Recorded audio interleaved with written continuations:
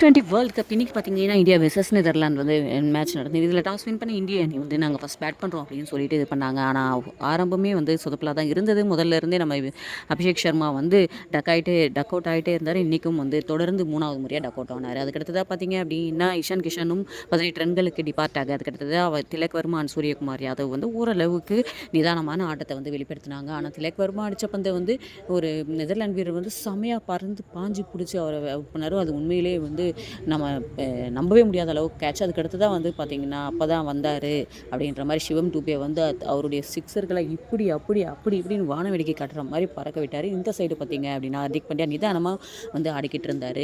சிவம் டூபே இன்னைக்கு இன்னிங்ஸில் பார்த்தீங்கன்னா 6 சிக்ஸர்கள் அடிச்சிருக்காரு. 6 சாமி அப்படின்றத நிரூபிச்சிருக்காரு அப்படின்னு தான் வந்து ஃபேன்ஸ்லாம் வந்து பேசிக்கிட்டு இருக்காங்க. அதுக்கடுத்து தான் பார்த்தீங்கன்னா இந்த ஜோடி வந்து 35 பந்துகளில் 76 ரன்கள் வந்து குவிச்சிருக்காங்க. சிவம் டூபே பார்த்தீங்கன்னா அவருடைய முதல் T20 அரை சதத்தை வந்து பதிவு செஞ்சிருக்காரு வேர்ல்ட் கப்பில். அதுக்கடுத்து தான் பார்த்தீங்க அப்படின்னா ஹர்திக் பாண்டியா 30 ரன்களுக்கு கடைசி ஓவரில் அவுட் ஆகி கிளம்பிட்டாரு.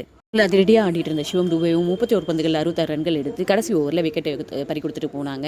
எங்கே 160 வந்தாலே பெரிய விஷயம் அப்படின்னு நினைக்கிற இடத்துல 193 ரன்களை வந்து இந்திய அணி 6 விக்கெட் இழப்புக்கு பதிவு தெரிஞ்சிருக்காங்க. 194 அடிச்சா அப்படின்ற ஒரு இலக்கோட தான் வந்து நெதர்லாந்து வந்து கிளம்பிருங்க போகிறாங்க. அடுத்த அப்டேட்டோட நம்ம வரோம். நம்ம சேனலை சப்ஸ்கிரைப் பண்ணிக்கோங்க.